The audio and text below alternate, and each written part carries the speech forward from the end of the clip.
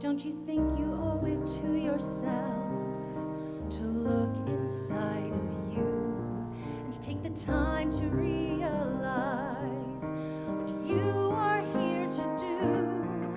Don't you think the time has finally come to stand and face the fire, to walk into the blazing sun and claim your heart's desire?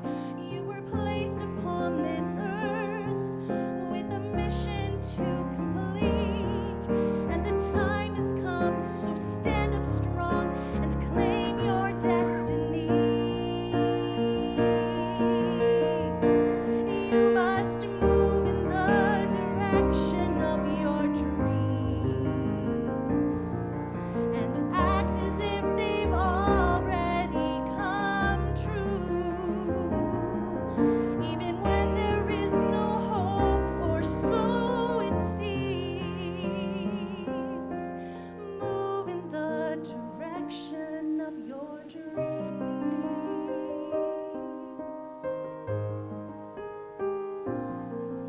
Do you think that you're not good enough to be a shining star? Or do you think because the road looks tough that you won't get that far? Do you believe that only some are great and others left for chance? Or maybe that it's just too late, a futile circumstance? You were placed upon this earth with a mission to complete, and the time is now, so stand up strong and claim your destiny. You must move in the direction of your dreams and act as if they've already come true, even when there is no hope, or so it seems.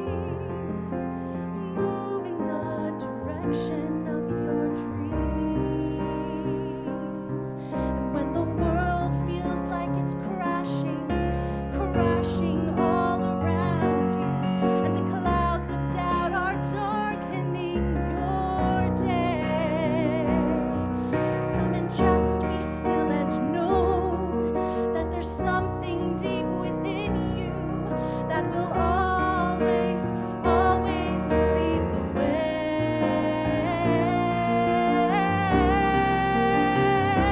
You must move in the direction of your dreams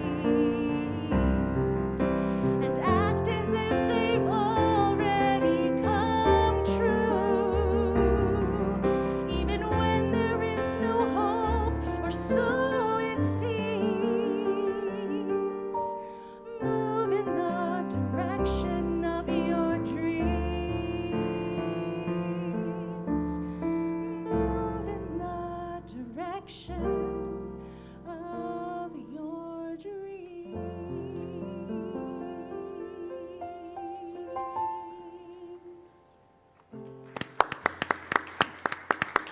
That was a lovely song. Thank you so much. Yeah, where does that come from? Michael Gott. Oh, that's Michael, That's of Michael, course. yes. I should have been on that. Thank you so much. Oh, thank you.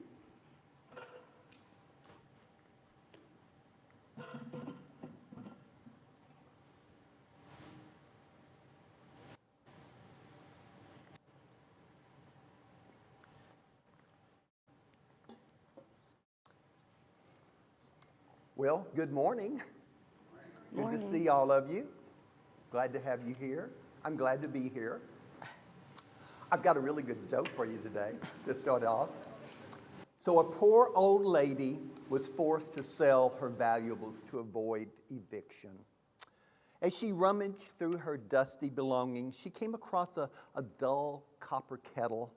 Intrigued by its possible value, the old woman dusted it off, and bam! A genie comes out of the neck of the kettle. Anyway, she's just totally, caught off guard. And the genie says, "I have seen your plights, and I will grant you 3 wishes." The woman was astounded, and she thinks a moment, and she says, Oh, age has taken its toll on me. I wish to be young and beautiful again. And bam, all of it, a sudden this old lady has just been transformed into this beautiful young woman. Oh, thrilled with her success, the woman says, Jeannie, I want to live a life of grandeur and luxury. I want to be rich. And bam, all of a sudden the whole house, the little bitty cottage transforms into this huge hallway, and the house turns into this mansion. And she looks at her clothes, and she has this gorgeous gown, and she has rings on her finger and diamonds on her neck. Oh gosh, she just marvels at this outcome. And as she does that, the genie just solemnly says, you have one wish left. The woman thought about this for a while and then felt a slight brush against her leg. It was her old cat, frightened by all the transformations that had been going on. And the woman looked at the genie and said, this cat has been faithfully with me for all these years. Please transform him into a human man so that we may spend many happy days together. Bam! In a flash, the cat vanished, and in its place there was this tall, dark-haired, handsome man. Immediately enamored by her new love, the woman fell into his arms. The genie, his work completed, disappeared. As she gazed into the handsome young man's eyes, he drew her close and whispered in her ear, too bad you had me neutered.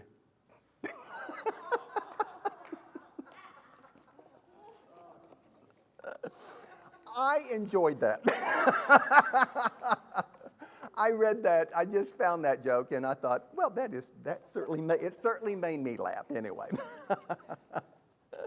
Okay, so today we are continuing our exploration of Robert Brummett's book. It's The Quest for Wholeness, Healing Ourselves and Healing Our World. So today we are exploring faith. Now, this talk was scheduled for June the 25th, but for those of you who have been keeping up, I was unable to do it on the 25th because I ended up in the hospital. And it's a long story, but I'm doing fine. And so we're having the opportunity to talk about faith today. So what is faith? You know, Brummett sort of talks a little bit metaphysically. He reminds us that faith, like wholeness, is a divine idea. In unity, divine ideas are the fundamental, eternal truth that underlies and transcends all of the physical manifestations. For those of you familiar with Reverend Dr. Paul Hasselbeck, in his book, Heart-Centered Metaphysics, he says divine ideas are the most important things in the spiritual universe.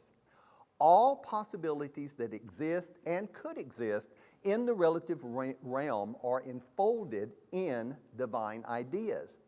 We, as human beings, give form to these divine ideas by accepting them and giving them whatever expression we are capable of at our present level of consciousness. So Brummett says a divine idea exists beyond the domain of time and space. We cannot describe it, he says. We can't define it or conceptualize it. But, however, a divine idea has infinite possibilities for expressing itself in the realm of time and space. So it has infinite expressions possible. As with any divine idea, we can know faith only through direct experience. It's like the wind, Brummett says. We can see its effect, but we cannot see the thing itself. So, you know, I often hear people say they don't have enough faith. And often we are admonished to have faith. But as Brummett points out, as a divine idea, faith is intrinsic within the mind of every human being. It's fully operational within each of us. The truth is, we cannot not have faith. Faith is fundamental to our nature. To have faith usually means to focus on our faith in a particular direction, yet faith is always operating in our consciousness, no matter how doubtful or how fearful we might be. So throughout his book, The Quest for Wholeness, Brummett makes some very astute observations about faith. He has them sprinkled throughout the book. He says, faith is the power to see a possibility, and it is the power to realize that possibility. With faith, we hold the power to shift possibilities into realities. And I really, really love that quote. And so let me quote it again. Faith is the power to see a possibility, and it is the power to realize that possibility. With faith, we hold the power to shift possibilities into realities. So our problem is never about not having enough faith. As Brummett points out, faith is intrinsic and is always at work within us. The question is, what are we putting our faith in? What possibility are we placing our faith in? Again, as Brummett says, faith is the power to see a possibility, and it's the power to realize that possibility. So a possibility implies a choice, which is necessary if that possibility is going to become manifest. In the dictionary, faith is defined as complete trust or confidence in someone or something. And my question to you is, who or what are you putting your trust or confidence in? What possibility have you chosen to put your trust and confidence in? Unity co-founder Charles Fillmore has a great deal to say about faith as well. He describes it as the perceiving power of the mind linked with the power to shape substance. And in another of his writings, Fillmore defines faith as the ability to see in spirit. Faith is the ability to see the underlying reality beyond the appearance of our visible world. And Fillmore uses another word, knowing. He describes faith as a deep knowing that that which is sought is already ours for the taking. So faith is a central theme throughout the Bible. As we read about the life of Jesus, we read repeatedly of Jesus talking about faith and living a life of faith. Jesus correlates belief with faith. He tells us that all things are possible for those who believe. And in the stories where he healed people, we hear him saying again and again, it is your faith that has made you whole. It is your faith that has healed you. It is your faith that has saved you. In Matthew 17:20, Jesus says, if you have faith as a grain of mustard seed, you will say this to the mountain, move here to there, and it will move, and nothing will be impossible for you. So what does Jesus mean to have faith as a grain of mustard seed? Well, if you've seen the mustard seed, it's a very, very tiny little seed. So some interpret this simile to mean a tiny bit of faith. He says, but Brummett believes it means much more than that. Brummett says a seed is a very interesting phenomenon of nature. It's very small, but very, very powerful. The seed contains within it the potential for life, an unlimited amount of life.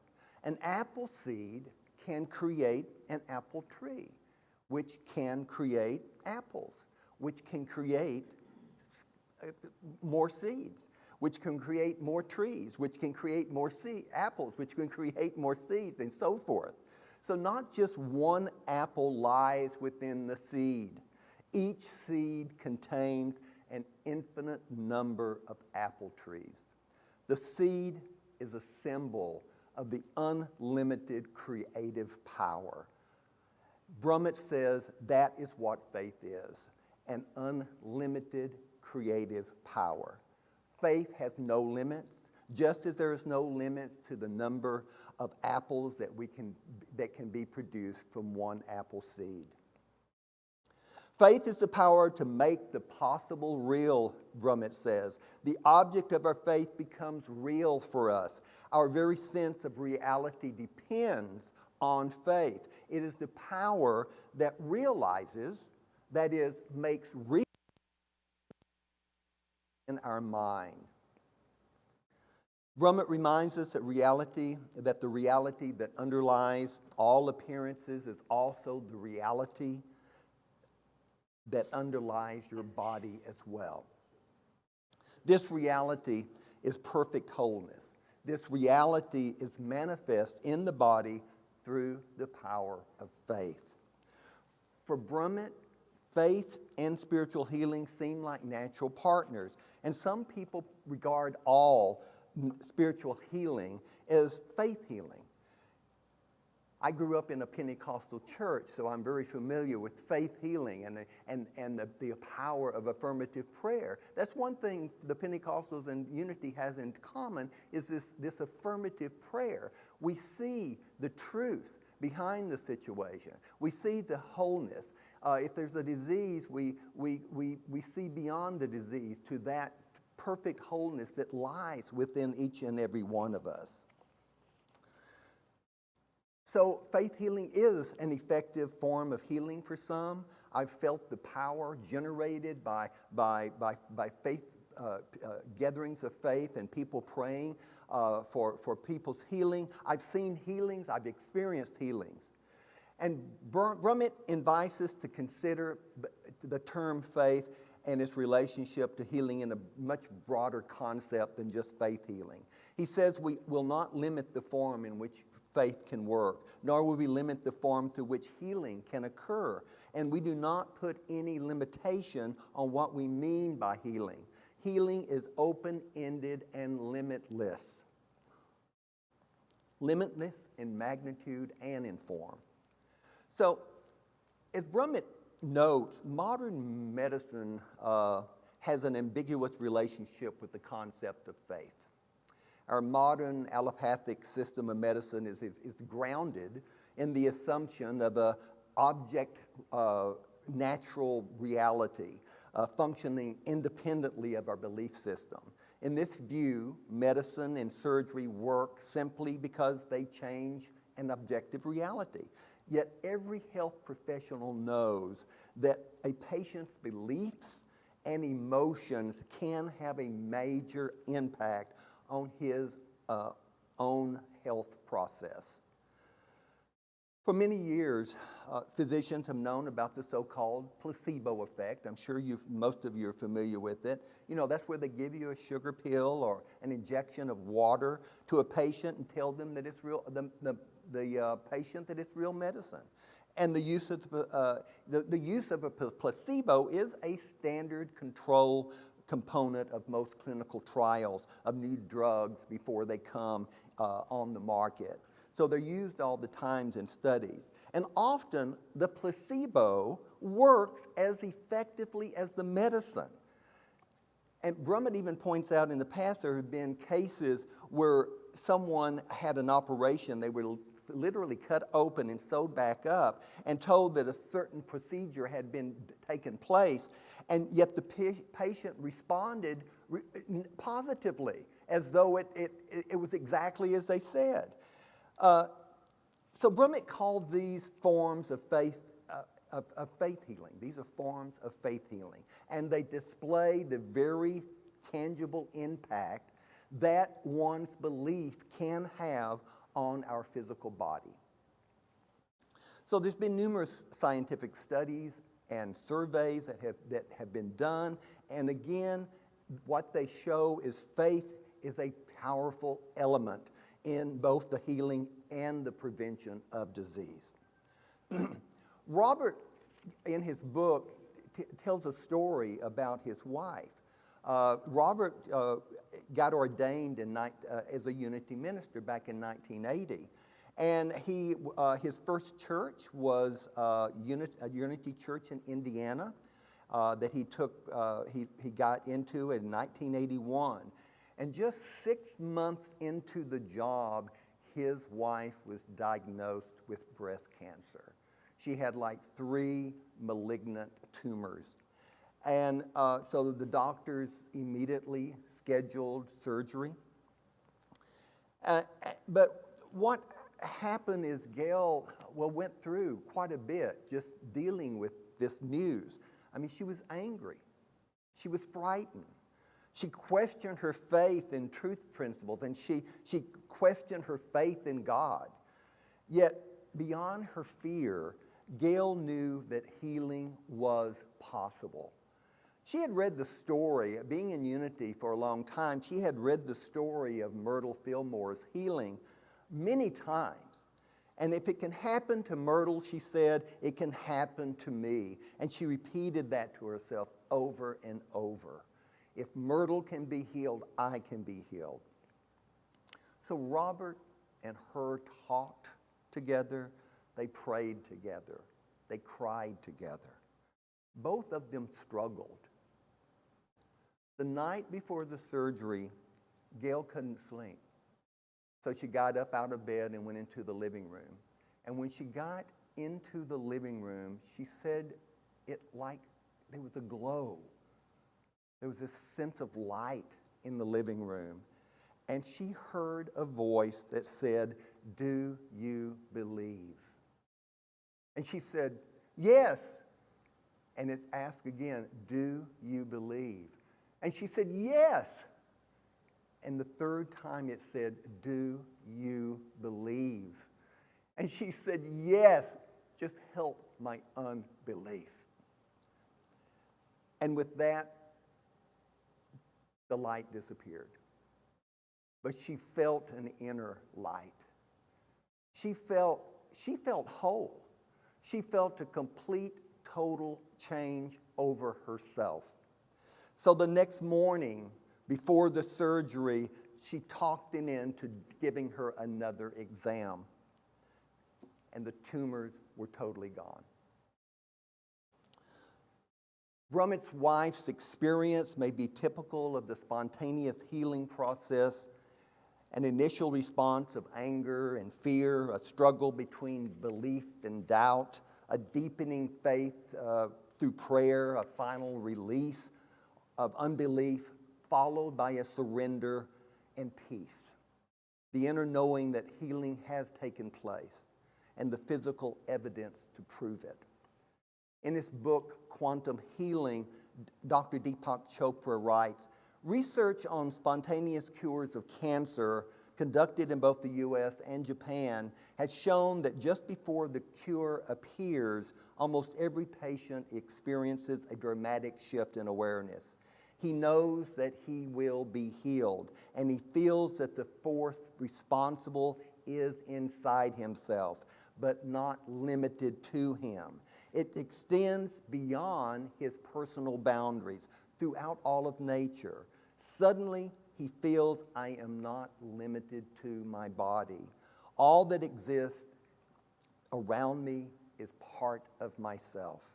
At that moment, such patients apparently just jump to a new level of consciousness that prohibits the existence of cancer.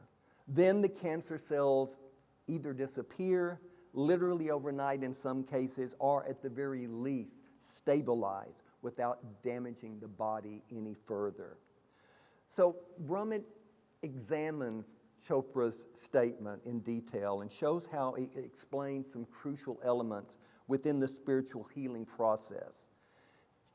Chopra wrote, just before the cure appears, almost every patient experiences a dramatic shift in consciousness.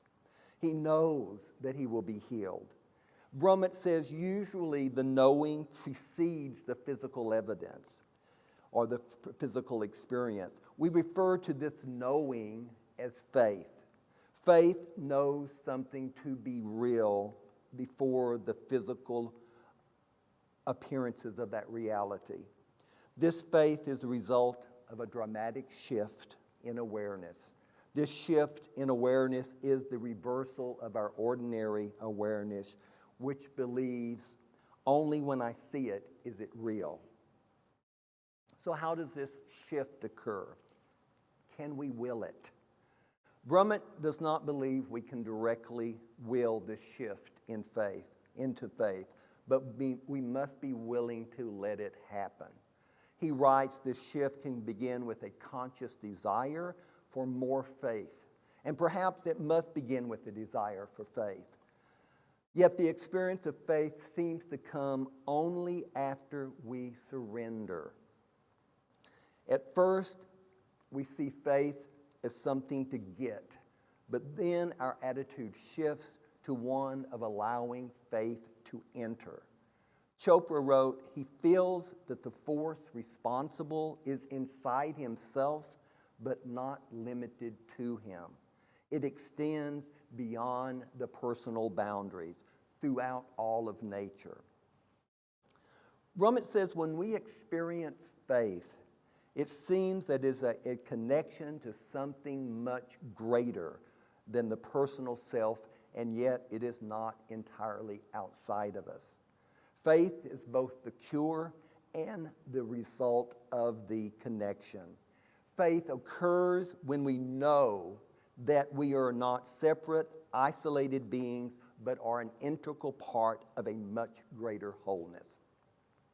This wholeness is not only our own essential nature, it is the essential nature of everything, of the entire universe.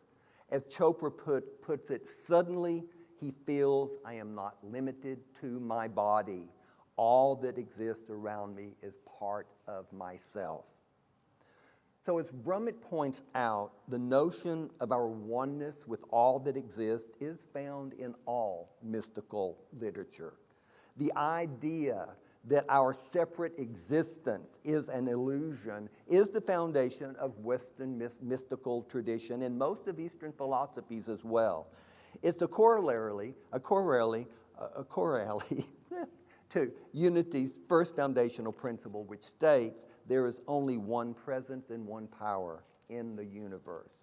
A second major premise of Unity's teachings, which is our third unity principle, is that we create our life experiences with the thoughts and the beliefs and the feelings that we hold in our mind. Eastern teachings say virtually the same thing. The Buddha is said to have said, we are what we think. All that we are arises with our thoughts. With our thoughts, we make the world. It appears that the science of quantum physics is telling us the very same thing that the Buddha said, and what we teach is our third unity basic principle. Quantum physics has turned upside down the basic premise of the Newtonian science, which is that reality exists outside of us and that we are independent observers of a pre-existing independent reality out there. Fred Alan Wolf is a well-known American theoretical physicist specializing in quantum physics and the relationship between physics and consciousness. In his book, Taking the Quantum Leap, Wolf writes this: what do we mean when we speak of reality? We usually mean the world that we sense. The world out there is made up of things that we can see, hear, taste, smell, and touch. Real, solid, substantial objects of everyday existence. We take it for granted that these things could exist in their same sensible form even if we were not there to observe them. Our observations simply verify an already existing reality. Yet that isn't what quantum physics seems to be telling us. What it appears to be saying is that there is no reality until that reality is perceived. Wolf goes on to say that the reason for this paradoxical awareness of appearance of reality, at least atomic reality as observed by physicists, is that no clear dividing line exists between ourselves and the reality we observe to exist outside of ourselves. Instead, reality depends upon our choices of what and how we choose to observe. Let me repeat that. Instead, reality depends upon our choices of what and how we choose to observe.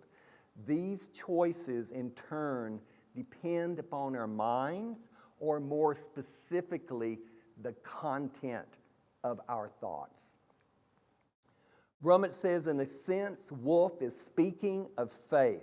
This is a theoretical physicist that studies quantum physics. Wolf is speaking of faith when he says reality depends on our choices of what and how we choose to observe. He echoes our statement that faith is the power which creates our reality.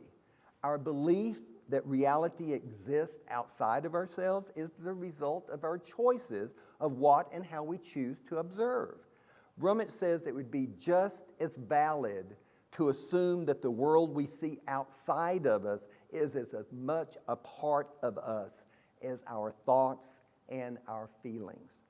So faith is the power to create our reality by our perceptions, our beliefs, and our interpretations.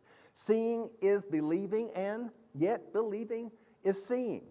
In a sense, we choose our reality because we knowingly or unknowingly choose where we place our faith. According to our faith, our world reveals itself to us and becomes real. So as I bring this message to a close, I want to remind you once again of Brummett's quote. Faith is the power to see a possibility, and it is the power to realize that possibility. With faith, we hold the power to shift possibilities into realities. So I invite you this coming week to be mindful of each new day. Be mindful that it is filled with infinite possibilities. Each day this coming week, I invite you to be mindful of what you are placing your faith in. What possibility are you placing your faith in? The choice is yours. Each day offers us the opportunity to see the possibility of good. With faith, we hold the power to shift the possibilities of peace, love, kindness, patience, gratitude, forgiveness, generosity, joy, and wholeness into realities. We have the power to shift all of these possibilities of good into realities, to make them real in our lives and in our world. Remember, the choice is always yours. The choice, our thoughts, our words, our actions, they're our choices.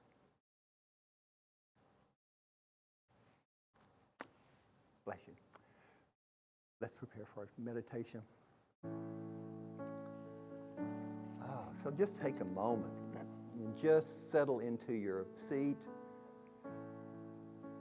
Let go of any thoughts that might be hanging on, and we just open our hearts and we open our minds to that presence of spirit that lies within each and every one of us, to that presence of spirit that we live and that we move and we have our being in. And as we enter into this presence and allow ourselves to be in touch with that presence, we allow ourselves to be at peace, knowing that we have a choice every single moment. We are living in a world of infinite possibilities of good that we can choose from. The choice is ours. The choice of what possibilities we wish to affirm in our life is ours. In the thoughts that we make and choose, in the words that we use, in the actions that we take. So I invite you right now to just be fully and totally present, opening your heart and mind to that presence. And let's rest just a little while. Open, receptive. Let's just spend a little bit of time in the silence.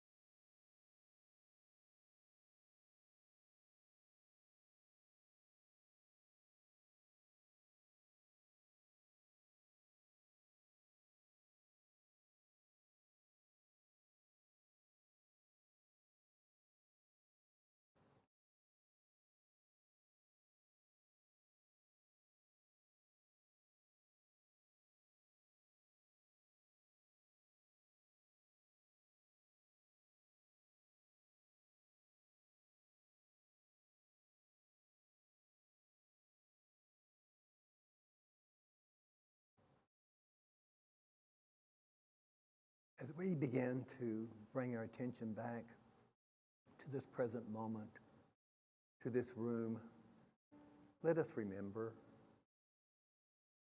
that there are infinite possibilities each and every moment, each and every day, that we can choose from. And the choice is ours. We can choose peace, we can choose love, we can choose joy. We can choose patience and kindness and generosity. We can choose forgiveness. These are all good. And these all bring about the heaven on earth that Jesus spoke about. Because we are the ones, through us, that all of these things become manifest. So let us be grateful. Let us be joyful as we go out this week, knowing that we have so much opportunity to bring all of those good things into the world. Peace begins right here with each and every one of us. Each and every moment, we have a choice. So we open our hearts and we open our minds and we just allow that openness, that connection to Spirit to just linger and know that that is the truth, that we are one with Spirit, we are one with each other. And in this oneness, we say thank you. And so it is. Amen. All of our classes, programs, and services are made possible by your generous donations. Our heartfelt thanks for your continuous support. We've created many easy ways to donate, which you can find on our website. So thank you all. You know, again, you are the ones that make all of this possible, and it's through your generous donation. So we do thank you with all of our hearts. And for those of you here, our love offering box is right up there next to the foyer as you come in, and you can drop off any of your love offerings there. So again, we appreciate you, and again, thank you.